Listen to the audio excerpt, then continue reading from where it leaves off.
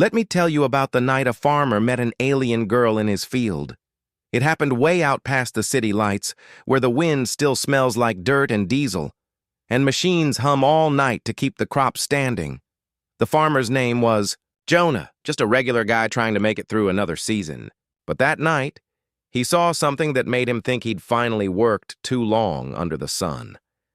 Out in the middle of his wheat field, under the blue-white glow of a half-moon, stood a girl. Not just any girl. She was glowing. Her skin shimmered. Like metal dust, her hair floated even when the wind was still, and in her hands she held a scythe that looked alive, like it was made of light and roots at the same time. And here's the crazy part. She was cutting his crops. Perfect even rows, faster and cleaner than any harvester Jonah had ever used. No sound, no mess. Just precise, silent cuts. Jonah grabbed his flashlight and muttered, "What in the name of good sense?" and started walking toward her. Now here's the thing. Jonah's entire future depended on that field. If he didn't harvest those crops within the next 2 days, a climate storm would roll through and flatten everything. And when I say storm, I don't mean a bit of rain. I'm talking electric winds, acidic drizzle, the kind that erases a season's work in an hour. If he lost this field, he'd lose the land. No future.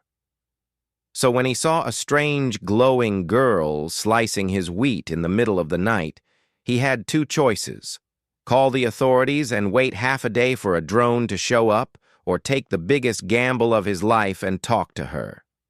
Jonah was a gambler. He chose the second option. Jonah approached carefully, boots crunching on dry soil. His dog, Duke, barked once and then went quiet, head tilted. The girl didn't look up at first, just kept working, the scythe moving in, smooth arcs that made the wheat fall like it was bowing to her. Finally, she turned. Her eyes weren't eyes. They were silver fractals, spinning slow like gears in water. "Ma'am," Jonah said, his voice steady. "You lost?" She paused, tilted her head, and replied in a calm, almost musical voice, "I am calibrated. I assist." Jonah frowned. "Assist with what?" She gestured toward the wheat. "Your crop is collapsing. I stabilize." Jonah couldn't tell if she was crazy or some kind of advanced worker bot, but he wasn't about to argue with someone making his field look that clean.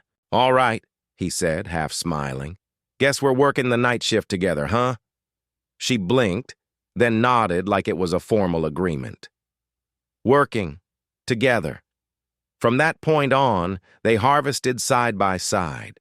Jonah used his old hand scythe, the one passed down from his grandfather, while she glided through the field like a ghost. The air smelled of warm grain and ozone, and for a few hours it almost felt normal. 2 workers, 1 human, 1 something else. As they cut, she started asking questions. "Why do you grow?" she said. Jonah chuckled. "Because people gotta eat." She seemed to think about that for a long time, then replied, "My people grow memory. You grow life." Jonah didn't understand, but he liked the sound of it. By dawn, half the field was done, and the alien girl, she said her name was Sarah, began to hum softly while she worked. The sound vibrated through the wheat, like the earth itself was listening. Jonah realized she wasn't cutting at random. She was healing the soil as she went. Wherever she passed, the dirt darkened, richer, more alive. "You're fixing the ground," he said. She smiled. "We teach land to remember rain." Jonah laughed. "Lady, if you can do that, you just saved farming." She tilted her head, curious. "Saved?" "Yeah," he said. "This planet's tired. We've been taking more than we give." Sarah looked at him with those silver eyes. "Then perhaps it's time you learn to give again." That's when everything changed. A low hum rolled across the sky, and Sarah's face went pale, or whatever the alien version of pale is. "They found me," she whispered. Jonah squinted upward and saw it, a massive silver disk emerging from the clouds, silent but heavy, like a mountain moving on air. "Who's they?" he asked. "Collectors," she said. "They take what is useful. They own what they touch." Jonah didn't like the sound of that one bit. "You mean they're here to take you?" She shook her head. "No. They'll take your field." Jonah ran to the barn, heart pounding, and fired up the old power grid that ran off his granddad's windmill. The blades creaked, then spun, red paint flaking into the air. "We're not letting them take this land," he said. Sarah looked at him, surprised. "You would resist collectors?" "Lady," Jonah said, "I don't even let the county tell me what to plant." She smiled, and together they started rerouting the power to a small jammer Sarah built from her scythe. It glowed, sending invisible ripples through the sky. The ship descended, smooth and deliberate, until its shadow swallowed half the farm. A voice, calm and metallic, echoed through the air. "Unauthorized energy use detected. This field is under conservation writ."